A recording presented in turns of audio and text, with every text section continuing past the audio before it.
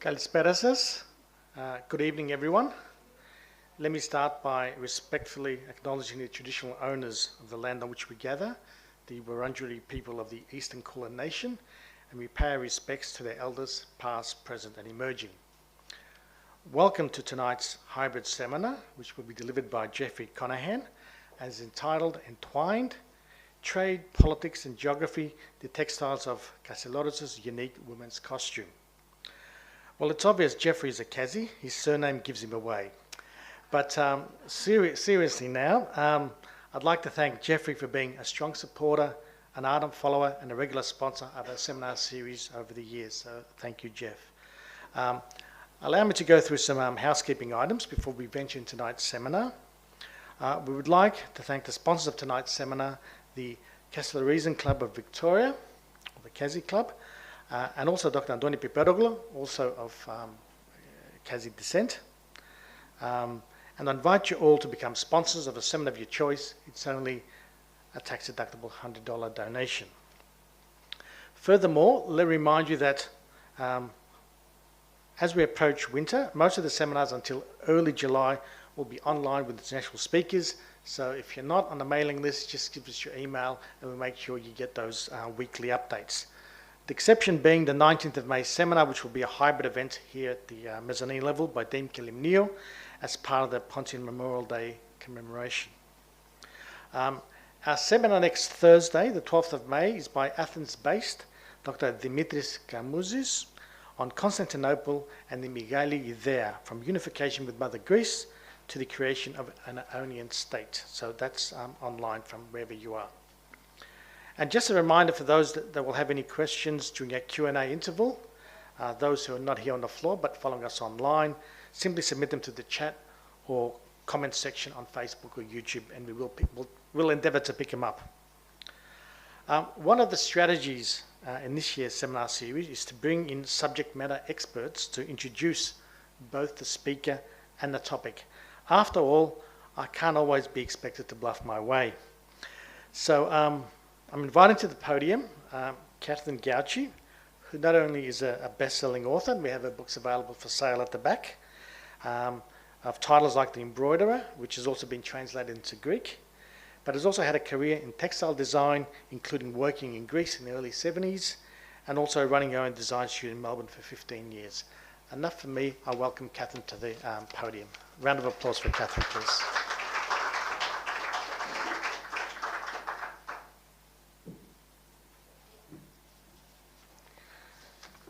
Kalispera says, I'm so pleased to be here tonight with you and to introduce the topic of this evening's seminar, Entwined, Trade, Politics and Geography, the Textiles of Kastellorizo's Unique Women's Costume, presented by our guest speaker, Geoffrey Conaghan.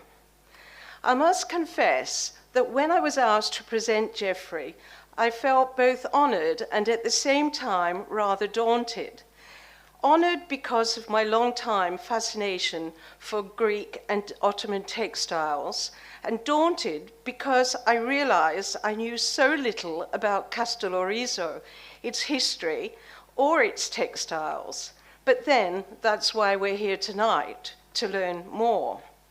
In fact, the only thing that I did know was that it was a tiny rocky island on the edge of the Dodecanese Islands and a few miles from Kaş on the Turkish mainland.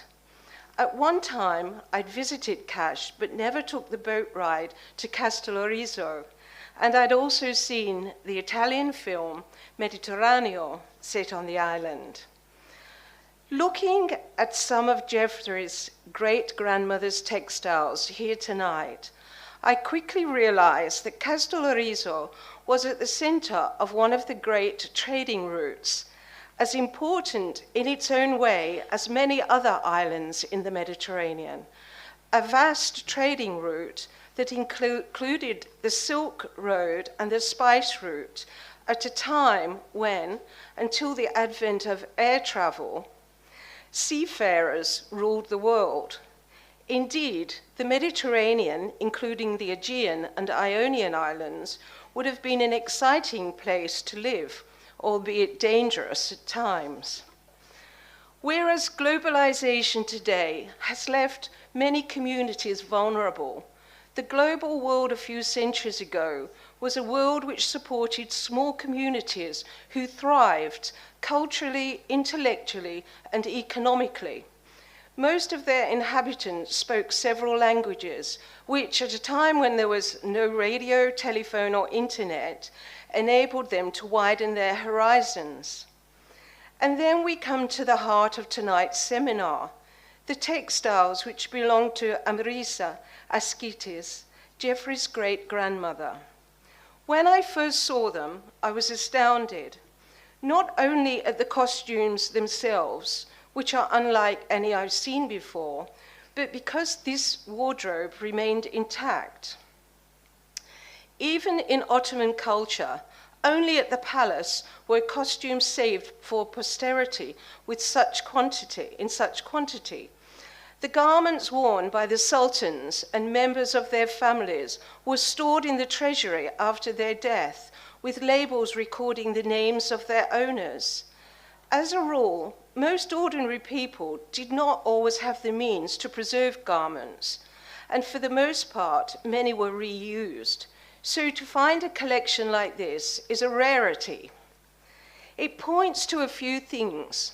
Firstly, that if this collection depicting an array of cross-cultural exchange is anything to go on, the women of Kastellorizo were the fashionistas of their time, and they were wealthy enough to accumulate such wonderful textiles. Textiles and costume are associated with identity, and in these pieces, we see that the women of the island were no shrinking violets. They had that Ottoman passion for decoration, bold and rich, and the ability to use shapes and colors with surety, and an innate design sense combined with artistry and skill. But there is something else that piqued my curiosity.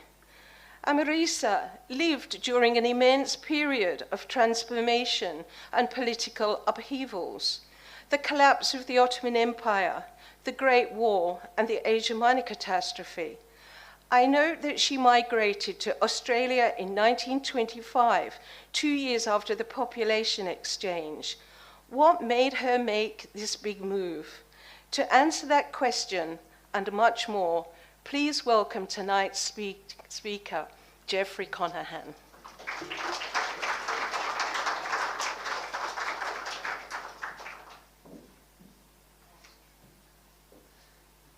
Thank you, Catherine. I was delighted to find that the introduction for this evening would be done by Catherine, a writer and a textile specialist who I have admired for some time, so thank you very much. Thanks to the seminar organisers for the invitation to speak tonight, and to tonight's sponsors, the Kastellorizian Association of Victoria and Dr. Piperoglu from Griffith University. Thank you. We've acknowledged that we're on the traditional lands of the Wurundjeri. I live in St Kilda on Boonwurrung country. This acknowledgement is especially poignant for me tonight as I'm presenting a story of my elders. Like many Australians of Kastellorizian descent, and there are many here tonight, I have a profound awareness of our stories, our ancestral land, our history, our elders and our customs, our sense of place and our origin, an awareness shared with First Nations people. And my elders' lives were also changed irrevocably, which I'll be discussing this evening, due to circumstances beyond their control. So, I'd now like to proceed. I'm being filmed, so I actually have to stay fairly fixed tonight. I'd like to acknowledge that my research into where the fabrics come from has been greatly aided by people from literally from London to Melbourne, and the Kastellorizians who have been extremely generous in giving me access to their family collections, photographs and stories.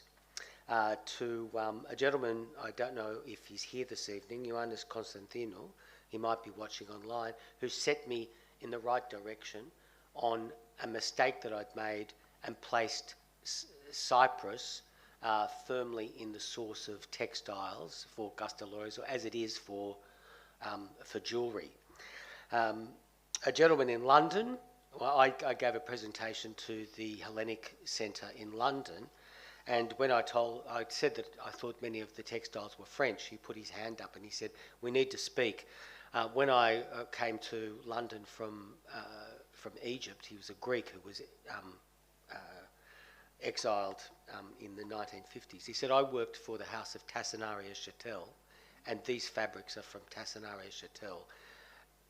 With an introduction, he set me on the right path to be able to talk to their curators there. Unfortunately, COVID came in the way, and Tassinari-Chatel, their curators will not verify by photograph or by Zoom. They only verify by inspection, because there were lots of copies done. It was such an extraordinary house. They want to see them first. So I'll be telling that story. So there's a lot of people to thank for me being able to join all of the dots of my great-grandmother's wardrobe. How are we going there? So I will be skipping through Amirisa Askitis' wardrobe. And this is also a story of the woman and her migration to Australia. But I will be, as the title suggests, weaving in trade, politics and geography, and finishing with some comments on the preservation of material culture in our Australian Greek community and our family. So, before I come to the next slide, who had heard of Kastellorizo before tonight's presentation? Can I see hands? Yeah? So, oh, by the way, who's not of Kastellorizian background? Right, okay, thanks. So it's a bit of a mixed crowd. So let's do a little location. Let's do a little location spot. The red dot marks the spot. There it is there, located between Rhodes and Cyprus, closer to Rhodos, in the eastern Mediterranean. It had been on the old east-west trade route with great connections into the major ports along the Ionian Sea, up to Venice, a lot into Genoa, into Marseille. And I'll be talking about Marseille a little later. It then was also wonderfully positioned for the opening of the Suez Canal, which I'll also be talking about. So location. The Kastellorizians were very clever to have located their island in just the place for the 19th century. A little closer to home, we focus in on the island of Kastellorizo here. It is 11 square kilometres. It is tiny, and I'll be going through some of the features in a moment. But as you can see, very close to the coast of Turkey, and obviously greatly influenced by the Ottomans and the dominant Turkish culture. For those people who want to know how close it is, we have Turkey here, we have Kastellorizo here. The border basically runs along here. It's about 2 kilometres. So this is Kastellorizo 101. The name is Hellenised Kastellorizo. It was a Venetian island, so it's the Red Castle. It's now the easternmost community of the Greek Republic. There's only one island further east called Strongoli, which many of you, if you follow politics, know that this is a highly contentious border with Cyprus, Turkey and Israel, and it's basically to do with resources, I think. 2k from the Turkish town of Kaş, 11 square kilometres, about 15% of which was only ever occupied, so with housing. So we had a very small island, an even smaller community with, I've calculated, one of the highest population densities in Europe, and at the time, about the same as St Kilda and Port Melbourne now in terms of population density. So people lived they lived very closely. It's the 13th island of the Dodeca. Dodeca is 12, Nisi is island, so the Dodecanese. So it is the Mediterranean member of the Dodecanese. Everybody else is in the Aegean. So when we go through the history, I'll be bouncing backwards and forwards how Kastellorizo was within and without. It was on the team, off the team, with where it was located with Greece. It's always been Greek. Apparently, at its epoch of 10,000 inhabitants, there were only possibly 30 Turkish Muslims that lived there. There was a governor's house because it was run by the Ottomans, but it was always vastly predominantly Greek, and only made part of the Republic in 1949. So I'll be getting on to I'll now start the politics component. The island, and I'll be weaving in the relevance of this, the island was bombed, burnt and destroyed during World War II. These photographs, when I was putting this presentation together over the last couple of weeks and reviewing it, I couldn't help but think of the Ukraine because it was very similar. The people have been evacuated. They were taken away largely to Palestine as refugees. There were a few people left on the island. The place was burnt. It was destroyed, and what wasn't burnt had to be demolished. So only there was about 10% of the buildings left. So basically, the inhabitants who'd been taken to Palestine and elsewhere had nothing to come back to, which explains the final wave of post-World War II immigration to Australia. This shot is particularly poignant because my grandmother's and my great-grandmother's house is in that photo. Well, its ruins are in the photograph. It took a direct hit. As you can see, no roofs, no windows. It was blown out. And in the 20 years after the war, it was buildings had to be demolished because they were dangerous. And then basically the people just had to get on with it. So this is it in its heyday. When I said it was densely populated, I wasn't kidding. This was during the Italian period. I'll get onto that in just a moment, but basically after World War I, the Treaty of Lausanne ceded Kastellorizo to the Italians, and it remained so until the middle of World War II. But it was extremely densely populated. This photograph was taken 60 years after the bombing, and as you can see, very little of it had recovered. I mean, when you look at what was on the outcrop, particularly up here, and this is the Kastellorizo from which the island takes its name. More visible on this one, it's the ruins. But this whole area, it will take 100 years. It's being rebuilt slowly. So this is taken in 1990 in better times. I first went to Kastellorizo in 1979, and it was a tough place to live. There were 2 boats a week from Rhodos only. There was no airport, and there was no trade with Turkey, so everything had to come from Rhodes. There were 3 phones on the island. One was at the police station, one was at the post office, and one was at a Cafe Neon. And so the community relied on that contact. It was pretty tough. But this is better times. You can see lots of new roofs. That's always a good sign. There are still many ruins. Here's one here. Here's another one here. And there would be one there. But the island is now slowly recovering. On the point of trade and geography, I've included this photograph to highlight the the reason Kastellorizo was so successful, it was trade. Look at that harbour. That's one of the big Mediterranean boats that connect all of the islands, Athens and Rhodes and Crete. And it can actually get in there and do a turnaround in this tiny little horseshoe harbour. It's incredibly deep.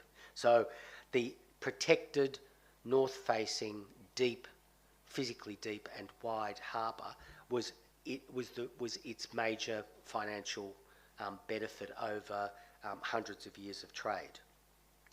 So as I said, there were 10,000 residents. There's now approximately 500.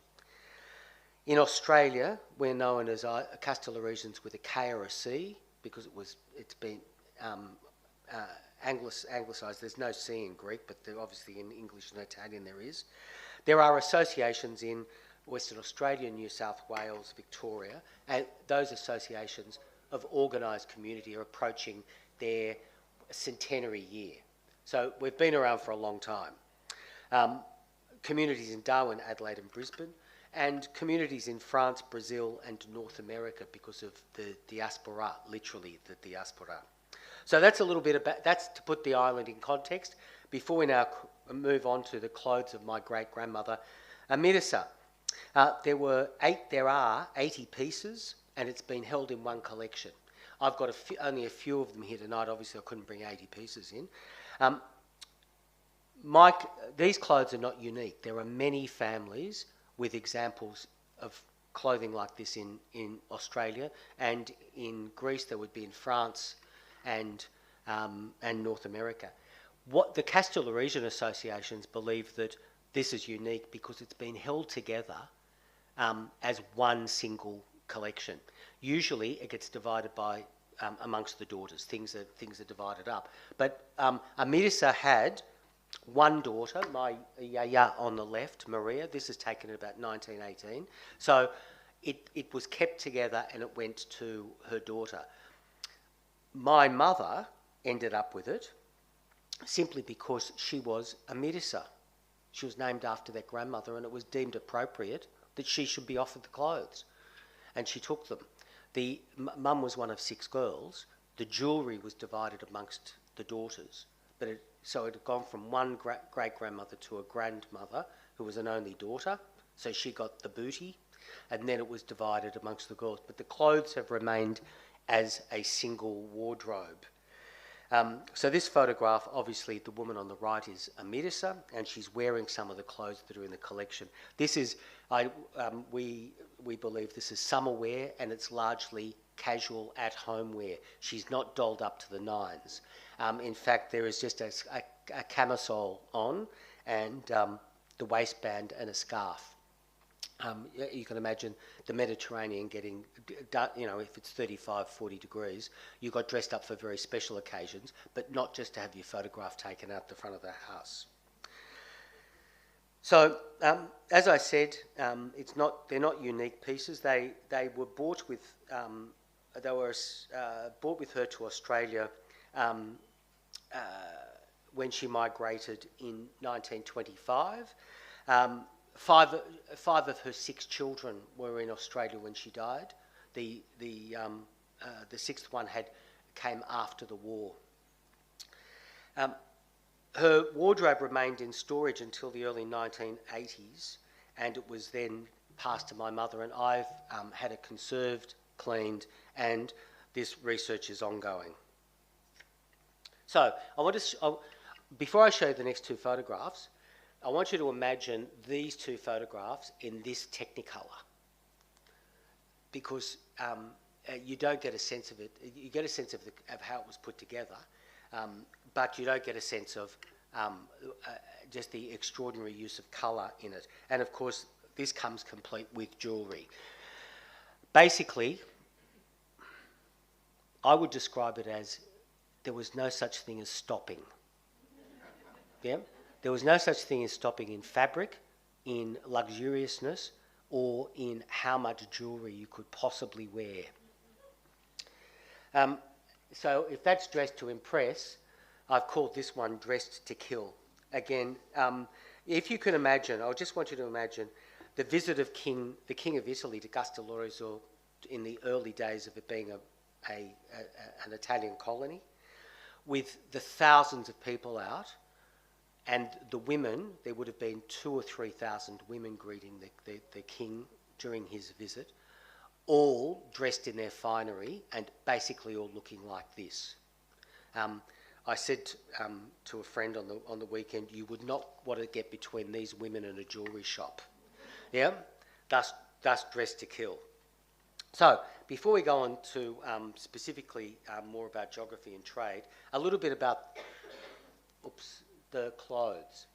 There are no zips or buttons. There is the use of machine stitching, which gives us a date that a lot of this was constructed, consistent with her putting her wardrobe together to be married. So born in about 1875, and so from about 1890 to her marriage in 1898, her wardrobe would have been created. The front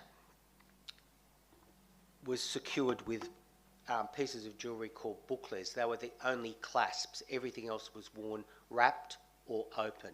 So these were big buttons. You may have noticed them on the previous photographs, which we'll get back to, that held the clothes together. These clothes have been modified for pregnancy. My mother, after we had them restored, Mum was the same size as her grandmother, so she got dressed up. And she said, oh, these have been changed, and she found alterations. She said, this is where a woman would change things when she was pregnant, would need to come in here, go out there. So these were incredibly valuable, and they were built and purchased to last the distance. They were layered. You just put on more things. The shoes, which we'll be looking at later, were cut short, and my mother pointed out that to walk in them, they were cut short at the back and very narrow front, you actually swayed to walk in them. And when she was dressed up and she put the shoes on, the clothes flapped open, of course, to reveal the interiors that we'll look at later. The sleeves were cut 3/4, and that was to show jewellery. And the jewellery probably rattled, so we laughed and said you'd not only see them coming, but hear them as well.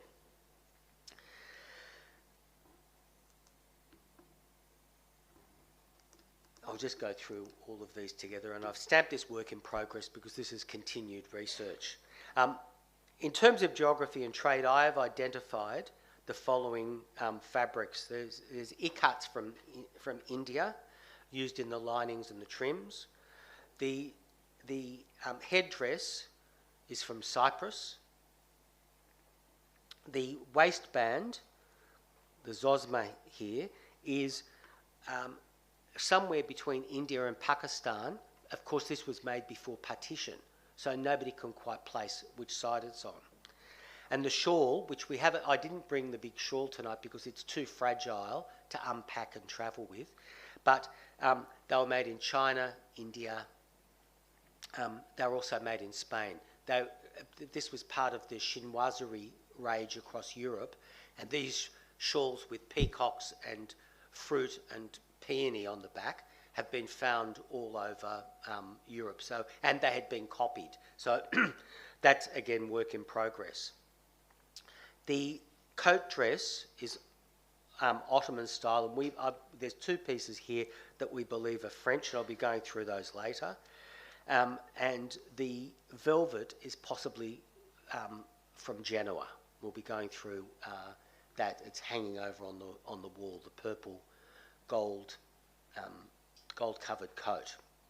So I'd now like to look at and talk about some of the research and how I've come to these conclusions. Excuse the timing on these. I'll just put them up all together, then I'll talk to them. So I've tracked down Tassonario Chattel after that London seminar I told you about. It was established in 1680, and at the end of the 19th century, it was situated in Lyon. Lyon was a major silk city for Europe and had 30,000 weavers. It's now much less. They were suppliers of fabric to Louis XVI, to Napoleon Bonaparte when he redid his palaces, and Catherine the Great of Russia was a customer. You would be familiar with the term jacquard silk. Well, the house of Tassinari-Châtel employed Joseph Marie Jacquard, and so they were investors in technology to improve production volumes and new fabrics. From Tassinari and Châtel, they have confirmed that the new creations were exported as far away as Turkey, Egypt and India, and the French followed these new markets as a new era of affluence brought a new clientele, bankers and the merchant class. So this is also about the social dynamic in Europe and elsewhere changing from imperial and the imperial aristocrats having all the money to a new, very affluent middle class being able to afford their very fine fabrics. So we've found with, this is a photograph, a silk panel from, that sits in Melbourne in a family collection. This is identical. The Tassinari and Châtel people have said, yes, we produced panels of this size. This looks like ours. I've sent them photographs. But as I said in my introduction, they will only verify on inspection. But so we had originally thought that these were made from rolls of fabric, but it's highly likely that panels of fabric were exported because this is how they produced them. And in fact, this garment is the one that I'll explain later. So it's the blue and gold, which Tassinari and Châtel think is theirs, is basically a blue version of that purple one. They came in, of course, different colours. And there it is there laid out in the storage box that I have for it. So just clicking through a couple of images, you'll see the similarity in the fabrics with the peony or the roses woven over garments. It's quite they stuck to a theme because it was commercially successful. So where I've looked, in addition to around Australia, I've been to Ahmedabad to the Calico Museum, which is one of the world's great textile museums, as well as the textile market. I was surprised when we hold up some of the cottons. I was surprised to find the cottons still being sold in the Gujarat cotton market in almost the same pattern and almost the same colours in 2012, and these are from possibly 1892 to 1902, but almost identical. But that doesn't cut it. You've got to show it to experts. Lyon, France, I've been to the Musée de Tissus and to Tassinari Châtel, but only with photographs. And the Banaki Museum, many people are familiar with the Banaki, but a lot of people don't go down to the basement, which is really worth a good look. It's where they have this fantastic collection of costumes of all across Greece. And they've confirmed that ikat Indian ikat fabric was widely used.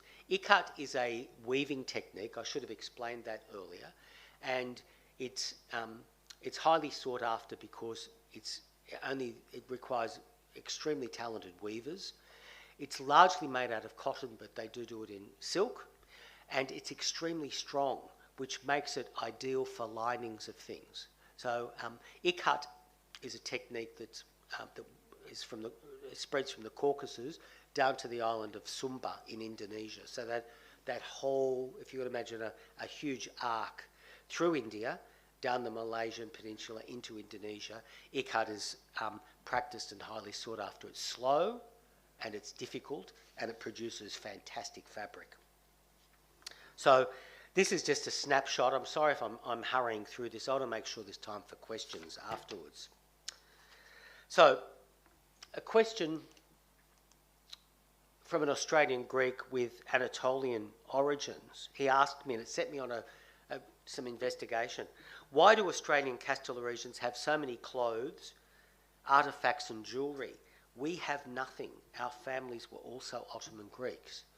And his family fled. It was one of those stories from the exchange of populations where they literally walked out with the clothes on their back and a little bag. So they had nothing. I've done some investigation, and I think this builds up the story of the politics of the preservation of textiles. Again, we'll call it work in progress. But the little-known Italo-Turkish War of 1911 to 1912, that was basically around Italy taking Libya, but saw the Italians move into the Dodecanese Islands during that period, 1911 to 1912. And regardless of the Treaty of Ucci, the Italians never left. And it's because World War I started almost immediately, and Italy was an Axis country, was an allied country. Turkey was an Axis country. They didn't leave. So the Italians moved into the Dodecanese long before the Treaty of Lausanne. During World War I and that treaty, Turkey surrendered its claim to the Dodecanese. Now, even though Kastellorizo was the 13th of the Dodecanese Islands, it had, and I'm now putting a lot of history into one small statement, hitched its wagon to the success of the Dodecanese, and so it became part of that group that was handed over to the Italians. Not long after was the Greek-Turkish War, where the Lausanne Convention of 1923 authorised the population exchange. So my theory is, highly contentious, that the Dodecanese, as an Italian protectorate, was actually secured from the population exchange because they were technically Italians. They weren't Turks. And so, unlike my friend, the Pontian, an Australian Pontian, from the previous slide of Anatolian origins, his family fled, but our people had left in an orderly departure. They didn't have to, they weren't given a week to get out. They didn't flee. They migrated in an organised way, and so they were able to bring their household goods and many more things than just clothes as well. So it's work in progress. I keep stamping work in progress. I don't know if anybody's ever read the Treaty of Lausanne, or the Convention. Boy, do you really have to keep your wits about you. And I was getting confused with the overlay of events. So I'm going to need an historian, because we've got the Treaty of Ucci, World War I, Treaty of Lausanne, the Convention with the population exchange, and where does Kastellorizo sit with this? But they never had to flee. We know that. So I've put that umbrella statement over the top. So a contentious question: did Italy's colonial expansion save the Dodecanese from forced population exchange? To be confirmed by an historian. Who would ever propose these days that colonial expansion can be a good thing if you're being expanded into? Hello, Ukraine. And did mass immigration save Kastellorizian material culture, given that 90% of Kastellorizo was destroyed in World War II? If it all would have been left on the island, and the war had played itself out, it just would have been bombed and burnt. But the fact that it had been brought to Australia, to France, to other parts of Greece, actually, the island was destroyed, but the material culture was kept. I'm now going to do a quick snapshot of trade and politics, big picture, and look at what was happening more widely in the Eastern Mediterranean. The Australian Kastellorizian historian Nicholas Pappas notes that the last quarter of the 19th century was Kastellorizo's epoch. It's when it was making loads of money. It had a population of 10,000. It had a very successful merchant class. I wanted to find out what else was happening, so I've put together my own little story of the Suez Canal. Work in progress, as I said. So I've mapped out there with the little flags. This is just Britain. I could have done France as well, but there was no room for on the map. Britain had progressively moved to secure Malta, I'll just do the Mediterranean here, Malta, Corfu, Cyprus and Egypt throughout the 19th century. It had also moved into Sri Lanka, India and Oman. So you can see all the little red flags progressively. India officially was handed over to British administration in 1858, even though the East India Company had been operating long beforehand. And the Suez Canal was opened in 1869. So this is immediately before 1869, immediately before the epoch that Nicholas Pappas notes as for Kastellorizo in the last quarter of the 19th century. Kastellorizo was, as you can see from the map, fantastically well suited to be part of that express trade route between Asia and Europe. It changed the way trade was done, but more significantly, it moved the epicenter of trade from the Western Mediterranean to the Eastern Mediterranean. So Cadiz in Spain, bad luck.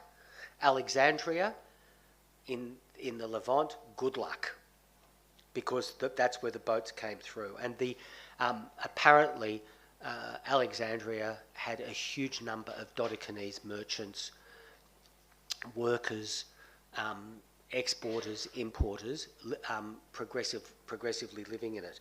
But I found a fantastic quote from a most unusual source. The Kastellorizians who are here tonight have seen this before because I've presented the information to them. The source is from Claudia Rodin, who is the world authority on Sephardi Jewish cooking. You might think, okay, what's she got to do with all of this? But I love this quote.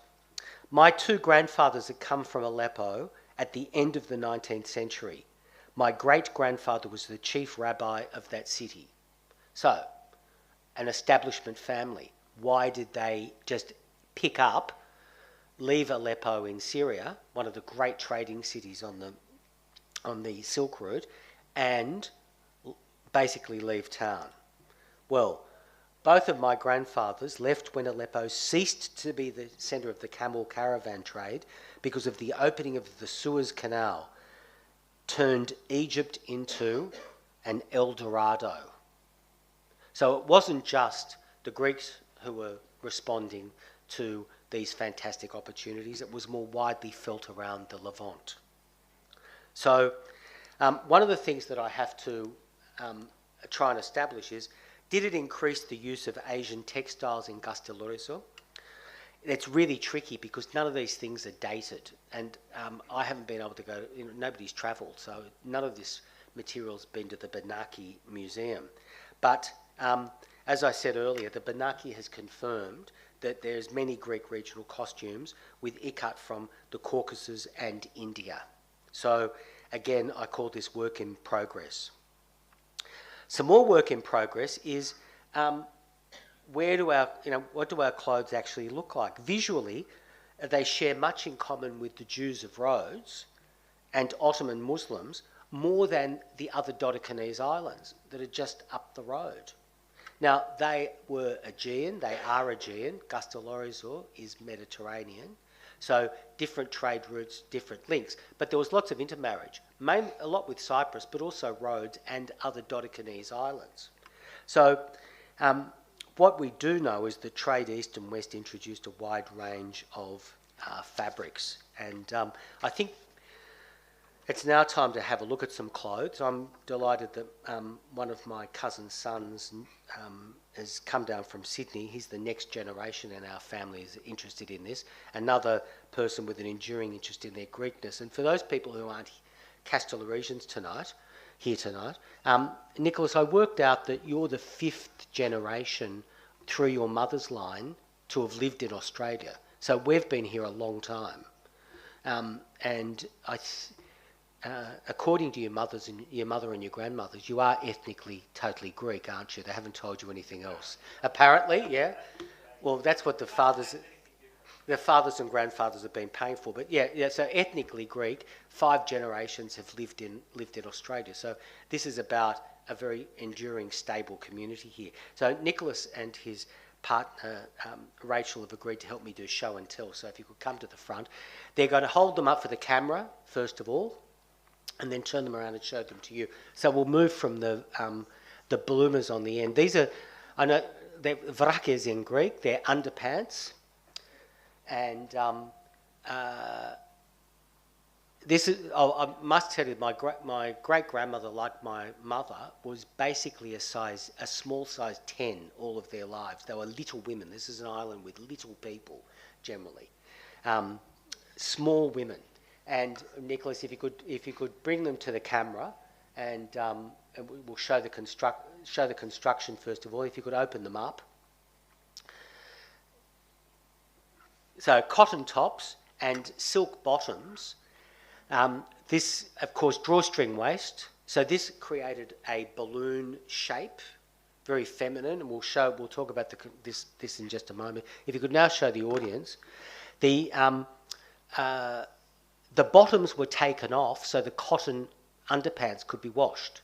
And in the collection that we've got, Amirisa's wardrobe, she's got 30 pairs of these bottoms in silks and velvets. I mean, this is, when I said no restraint, I'm not kidding. No restraint. You could have, thanks Nicholas, you could have different bottoms for every single outfit.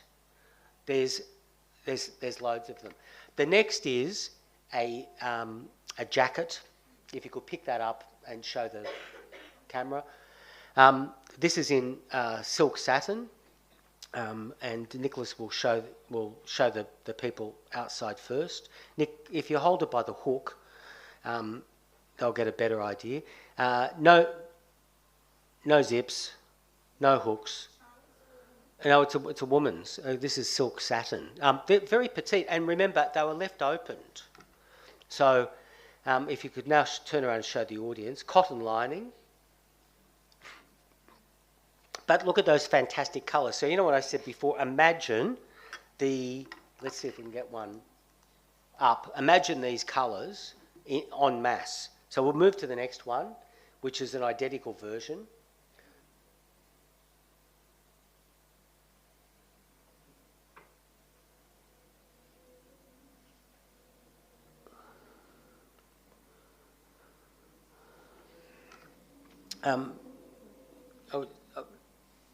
Well, what colour would you call that? That's a cerise almost, with emerald lining. And the reason I was told that this is not a child's is they've got pockets in them.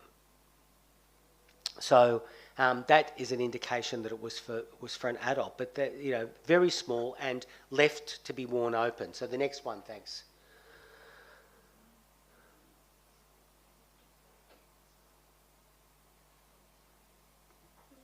The next one is what I call an A-line caftan, with the sleeves that could be rolled up. This would have gone to the ankle, and again, the front decorated in contrast colours. This one a vibrant blue and the red. And if you could turn it around. Again, show the jewellery off where the sleeves turned up. So these are amongst the most oriental, what we would think of as Ottoman pieces. Thank you both, and if you could do the next one.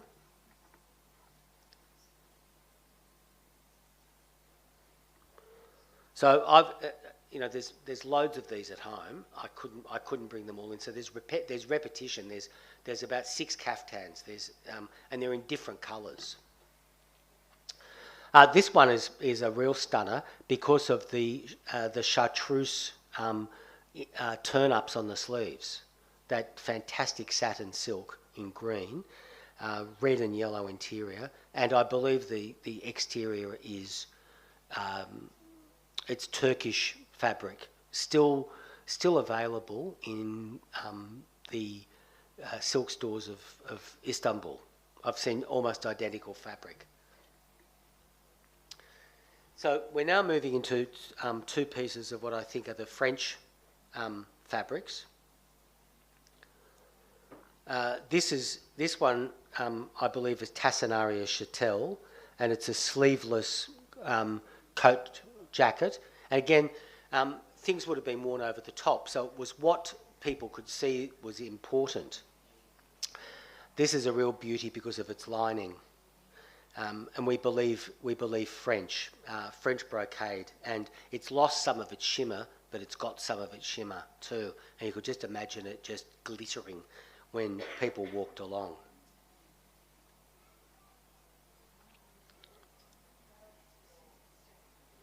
And then finally, I want to turn to my little model here. Thank you. Oh, actually, we'll do the shoes. We'll do the shoes next.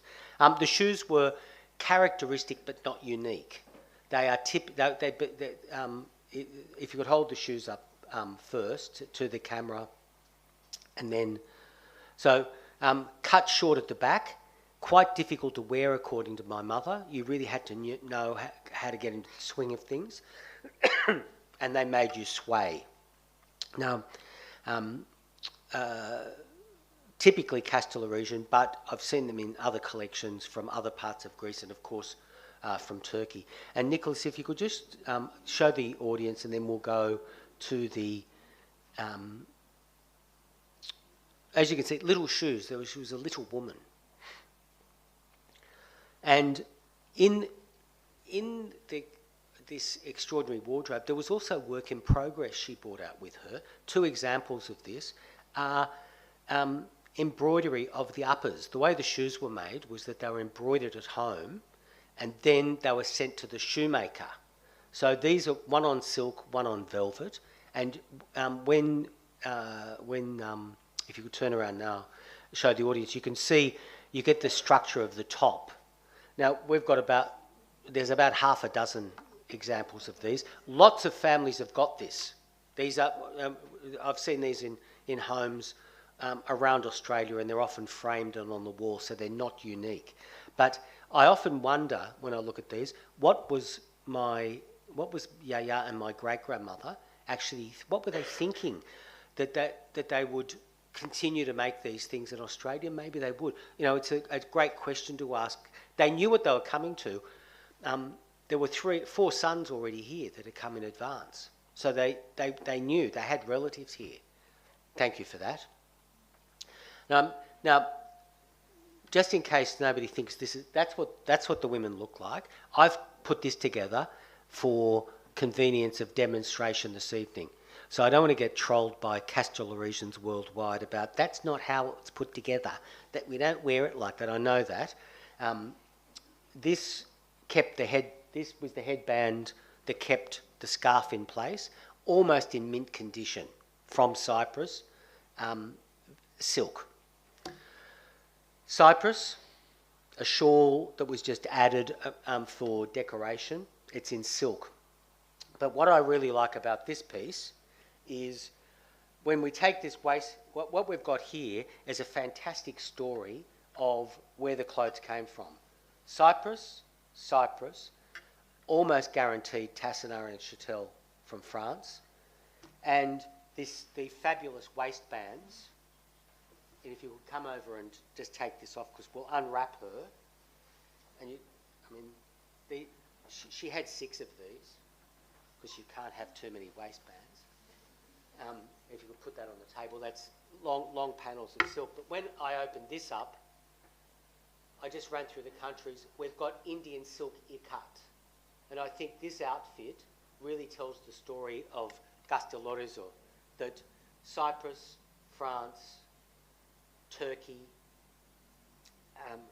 and then this beautiful ikat on the inside. Modified, as I said, for pregnancy. My mother found the modifications, and generally in pretty good condition considering its age. And again, this over embroidery, it just looks fantastic. So I've often said I've often called them the fabulous Kastellorizians, and I think you'll see for good reason. I'd now like to conclude on a comment about the preservation of material. We're fine now, thanks. Preservation of material culture in an Australian Greek community, an Australian Greek family. I've been given some thought to this. It's just not about having things in boxes and preserving the clothes, but it's about preserving the memory. And I just did a quick ready reckoner, and this is only about half the list. Whoops. Of people who are active in Australia who are descendants of Kastellorizo and are preserving, at a range of areas, the memory and the story. There's authors and historians, and anybody interested in clothing and jewellery, I can recommend Nick Bogiatzis' excellent recent publication on Kastellorizian jewellery. Nick Pappas has written extensively, and Phil Cathcaluthes has writes many things, but he has written on the theme of his Kastellorizian background. We've got artists and designers. Sophie Underwood from Tasmania is here this evening, and she's recently had an exhibition on the theme of the Kastellorizian buckler. Poets, performance artists, but we've also got people like archivists who are keen to conserve and have a sense of order of things that have happened.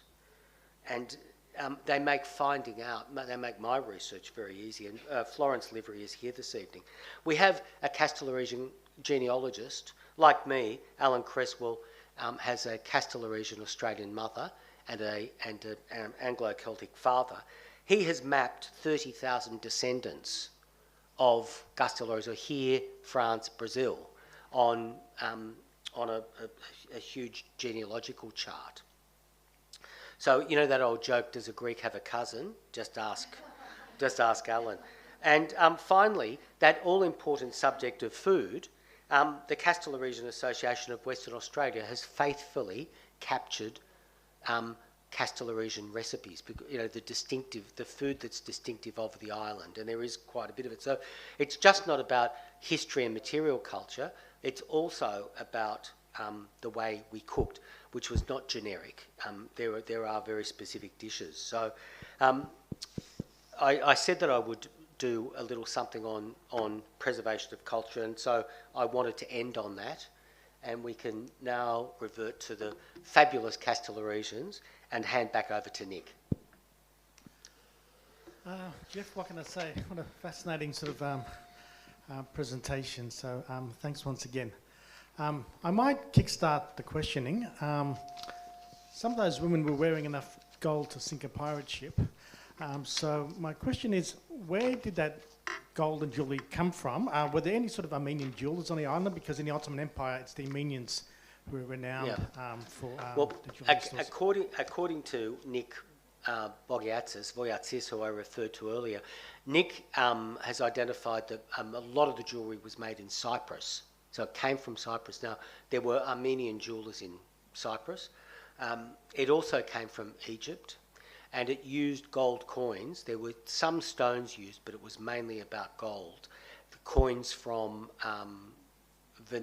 Venice, Austrian ducats, British sovereigns.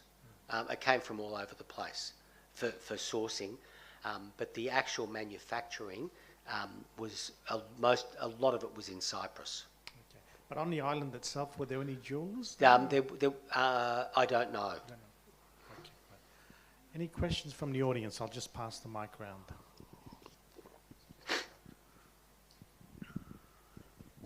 Oh, yeah. Thank you. Sophie, yeah. I'd just love to learn about the jacket. We haven't... Oh, I forgot the jacket. Yes. This is the big overcoat. It was over there on the side. Interestingly, a coat in Greek is a palto, but this is referred to as the guna because it's got fur on it. So if the back of it, this is a nice example, but it's certainly not the best one. You should see some of the ones that we've got here in Australia. Fantastic. The back is better preserved, so we'll show that off. We think genuine velvet, and the fur has greatly deteriorated over the years, but the fantastic gold embroidery has not. What type of fur? We think fox. And going from what the women in the photographs are wearing, fox. But this is a bit roadkill, this one. However, it's the gold work on it which is pretty good. And this is superseded by many others. Sophie, thanks for asking that question. Okay, I think Florence has a question. I'm just intrigued about the fact that such a vast wardrobe, intact but so vast, and I'm trying to think in my head what could be the cause of that. And I know, is it that she had 4 sons already here? Were they well off that she could afford the cartage, or was it things like when the other young women came in an attempt to assimilate, they quickly ditched? And how come there's such a vast wardrobe and intact? It's so different. I think I explained the intact, that it was just passed down. A question that I asked my aunts was this a combination of Yaya's clothes and my great-grandmother's? Because she came out here to be married. But they've said no, because my grandmother was taller and more heavily built. These clothes are all the same size. They're all for a very petite woman, which great-grandmother was. So they don't believe. Oh, and the shoes the same. They believe that it's all her clothes. It's not amalgam of 2 wardrobes. I'd love to know an explanation behind it, because I know women went back. Oh, sorry. I know that the men went back to marry, and when they brought their wives back to Australia, so in the 20s, maybe the men had said, don't bother about bringing too much of that stuff to Australia. And she came out as almost fairly elderly. Yeah, I'd love to know the story behind why she bought everything. Did you think Australia was another Castellorizo? I've asked this question of other Castellorizians, and one of the explanations is this was such a huge investment for the family and for the women that they weren't going to leave anything behind. I mean, this was highly valued. It cost them a lot of money to put together. We have a short version of the jacket, which is quite typical, and we've got a great photograph of great-grandmother. The jacket has had the fur removed from it, the cuffs and the collar. And there's a photograph of Amirisa in the 30s in Australia with a Western jacket on, looking $1 million, with a fur collar and fur cuffs. And my mother has looked at it and said, she's taken it off. My mother lived with this grandmother for about 7 years in her early teens, so she had a very close relationship. They were both Amirisas, so she lived with her grandparents and her maternal uncle. So she knew great-grandmother's ways. And said, this is where the fur went. She'd pimped up a coat in a Western jacket. Mum had never seen her yaya in any of this. Geoff, usually accumulation of textiles is also sort of associated with, let's say, dowry accumulation and sort of build-up. Outside the clothing, were there any other sort of textiles that your grandmother brought to Australia? We've got some pillowcases. She was in her 50s when she migrated, so the dowry would have been put together obviously for her wedding, Nick. But my mother said that she remembered for name days serving trays of liqueur in little Venetian pink glasses. She always remembered it. That was her job, to take the tray around. They've gone off to some other family member unknown. Connie here, Geoffrey. You've told us where all the fabrics originated, where they came from. Where were the garments actually made up? We think on Kastellorizo that there were tailors, but also we can't talk of Kastellorizo in isolation because Cash was just across the way, and all of those towns on the other side had Greek names. So Cash was Antifelos, and you walk, Mira is just around the corner. It's Demre now in Turkish. So these were all little Kastellorizian colonies, effectively, and people went backwards and forwards. And in fact, in talking about the economy of the food and people going backwards and forwards in the tailoring, the island could never feed itself. There were 10,000 people on a rocky outcrop. 2 kilometres across the water was all the farmland. And people traded up and down. So there were tailors on the island. The machine stitching probably done by a tailor, I've been told, and then the fine detail work and the embroidery at home. So a combination. Sorry, just interested as to why there was such a mass exodus was it the 20s? Yes. Well, it was trade was cut off. The island relied on that southern Turkish coast, which was now off limits. So my grandfather was actually born on the other side. He was born in Mira, from a Kastellorizian family, and they traded. Amiris's husband was a merchant, and one of her sons lived in Turkey. The others worked the coast, and he ran head office in Kastellorizo. That all fell apart. There was no trade. Just one moment, I'll come back to you. Hi, my name's Helen. Just a question to follow on from one of the others.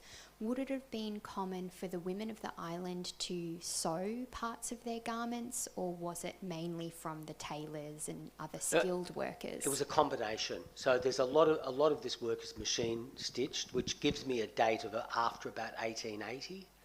Yep. And then the fine work. I know that my grandmother was a fantastic embroiderer, and her daughters, my mother and my 5 aunts, likewise. So these skills were passed down.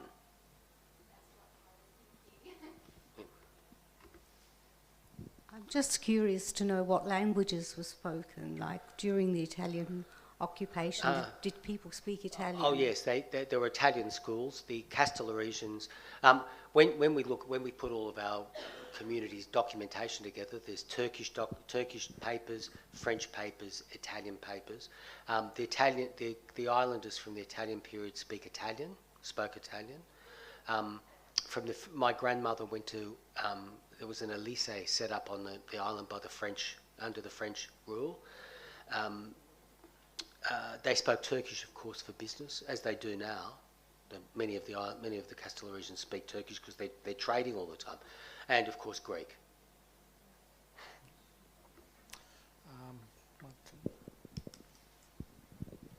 So do you think pre-1880 they would have been hand sewing? Well, yeah, well, yes, because there wasn't sewing machines, so yeah. Yeah, so that's I've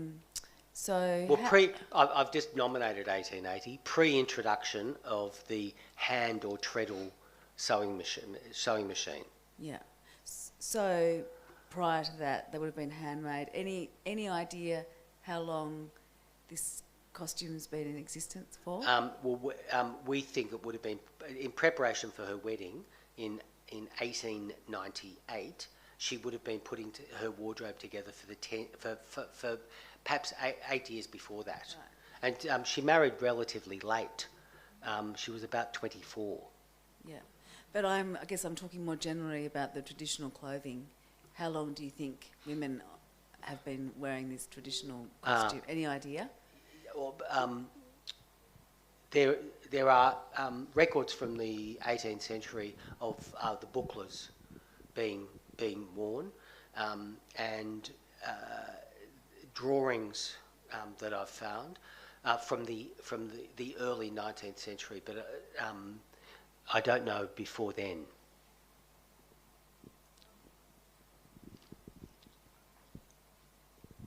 There's a quote in Nick Pappas's book from the 16th century, I think.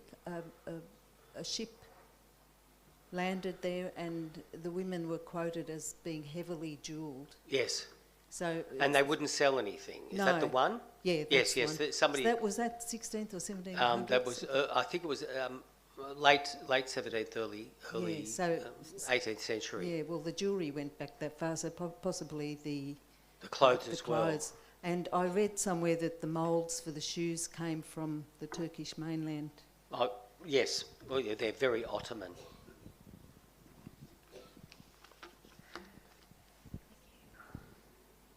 Hi, Geoffrey, Evelyn here. Oh, I couldn't tell behind your mask still of Zorro. masked. Yes.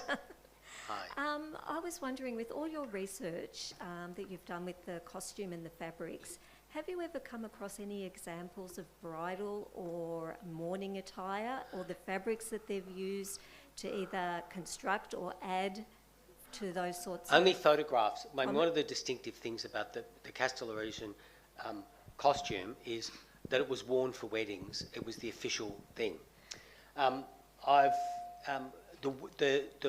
For mourning, colour was removed, and jewellery, obviously. The photograph of my great-grandmother, she was a widow at that point. She still had the bucklers on, but she basically had less decoration on. And photographs of funerals would confer that they pulled it back, but the widows were still wore scarves. They wore their bucklers, but probably less jewellery. Okay. So, Geoffrey, can you just explain, when you use the term costume, is this everyday wear?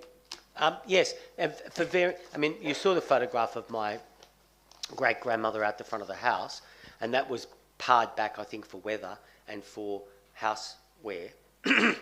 But for major events, as the women are presented here, that was for formal. Yes. Okay.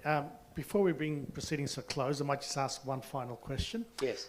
What about the men? What did they wear? Because I noticed, I noticed that fez in the photograph, and are any examples of male clothing brought to Australia? There are examples. However, typical of many countries, the women maintained their cultural identity through clothing longer than the men did. So from photographs that I've looked at, the men ditched their Kastellorizian clothes a generation before the women did. We've got a little modernity here. Look at this haircut and nothing on her head, as opposed to this unmarried woman here.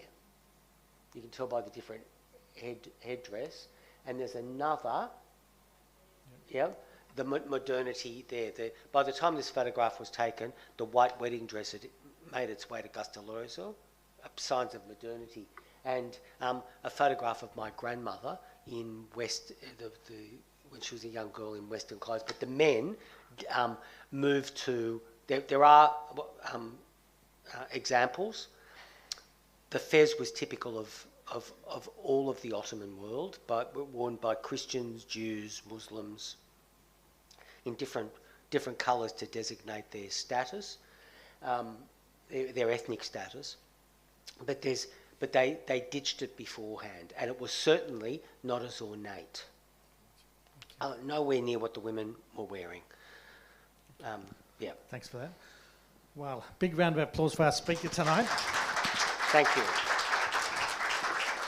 We've all been terribly impressed. Just a small gift from the Greek community, Jeff. Thank you. It's a bottle of mineral water, and take your time, come and sort of admire the costumes here on display. There are also a few books at the back, and hope to see you again in the future. Okay, thanks for coming, everyone. Bye. I'm happy for you to come up and look, but please no touching. Thank you.